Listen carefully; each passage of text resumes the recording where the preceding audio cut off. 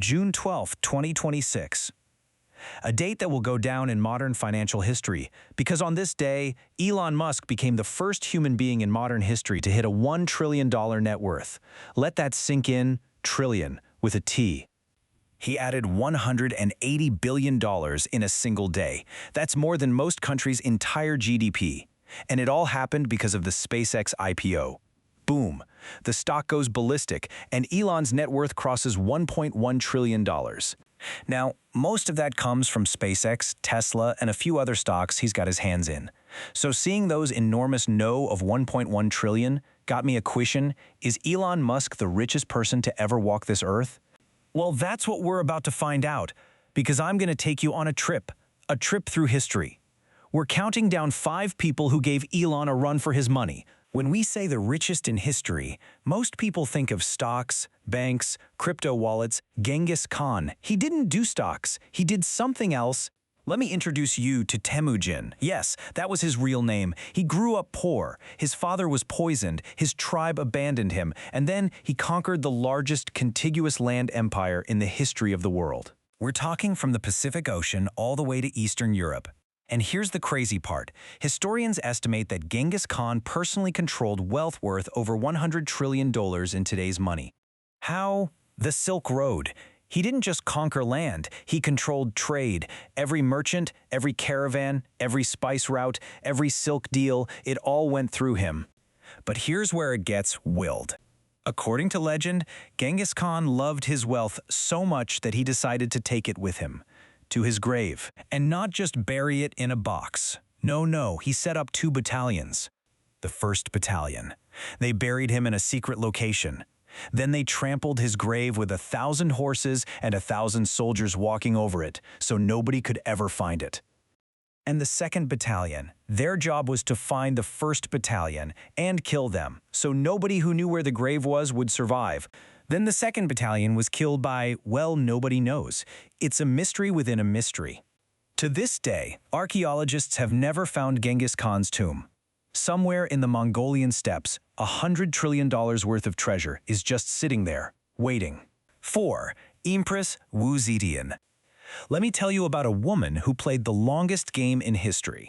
Empress Wu Zetian, the one and only female emperor in all of Chinese history, over 2,000 years of imperial rule, hundreds of emperors, and one woman. She started out in the harem of Emperor Taizong, just one of many concubines.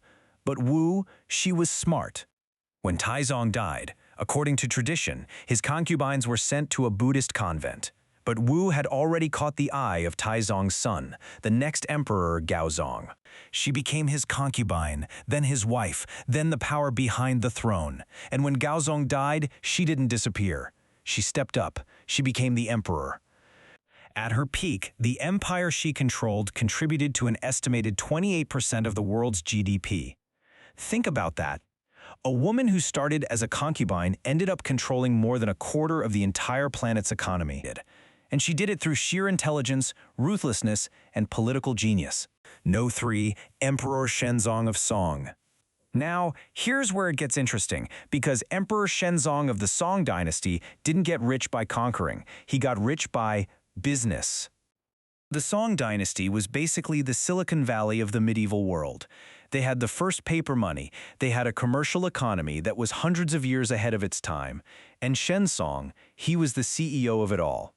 During his rule, China's economy contributed to roughly 30% of the world's GDP. That's not just gold in a vault, that's trade, that's innovation, that's a society that was producing, selling, and exporting at a scale nobody else could match. Silk, porcelain, iron, steel, gunpowder, tea, if it was being made in the world, China was making the best version of it.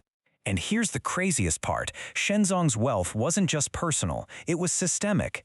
The entire country was a money-making machine. Number 2, Augustus Caesar, the first emperor of Rome. And according to many historians, the single wealthiest individual in all of Western documented history. Why?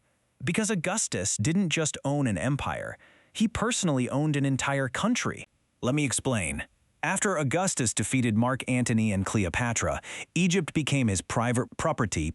And Egypt, at that time, was producing so much gold. We're talking the richest agricultural land in the Mediterranean, massive gold mines, control over the Red Sea trade routes, every ship that sailed through, every grain harvest, it all went to Augustus.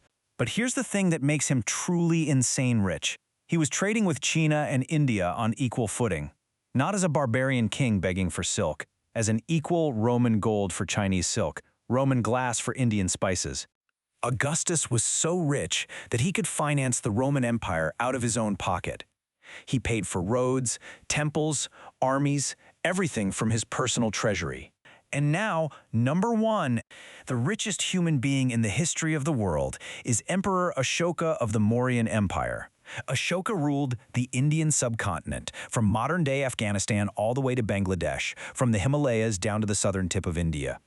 He controlled the entire Silk Road coming through India, and during his reign, India contributed to between 30 and 35% of the world's GDP. That's the highest share any single economy has ever had in world history. Not the US, not China, not Rome, India under Ashoka. Now here's where it gets beautiful. After a brutal war that killed over 100,000 people, Ashoka had a massive change of heart. He converted to Buddhism and adopted a policy called Dhamma, peace, nonviolence, and compassion. And you know what the richest man in the world did with his wealth? According to the ancient text Ashokavadana, he donated 100 billion gold coins to Buddhist monks. Billion with a B. He used that money to build 84,000 Buddhist monasteries and stupas all across Asia, from India to Nepal to Sri Lanka to Southeast Asia. Some of them are still standing today. Think about that. The richest man in history didn't use his wealth to build a bigger tomb or a fancier palace. He built monasteries. He spread peace. And through that peace, trade flourished even more. India exported cotton, spices, ivory, and textiles to China and Rome, always at a surplus, meaning gold kept flowing into Ashoka's empire. Cotton for gold, spices for gold, ivory for gold. He was printing money before printing was even invented. Ashoka's wealth, his influence, his legacy, it's unmatched. Not because he conquered the most land, not because he had the most gold, but because he used his wealth to change the world. So is Elon Musk the richest person in history? Well, in modern history, yes, absolutely. $1.1 trillion is mind-blowing. He's the first human being to ever reach that number with paper wealth. But when you compare him to Genghis Khan's hidden treasure, Wu Zetian's imperial control, Elon has some catching up to do. What do you think? Does Elon count as the richest ever, or do these still hold the crown? Drop your take in the comments below. Don't forget to like, share, and subscribe to WhatGoingOn for more such question.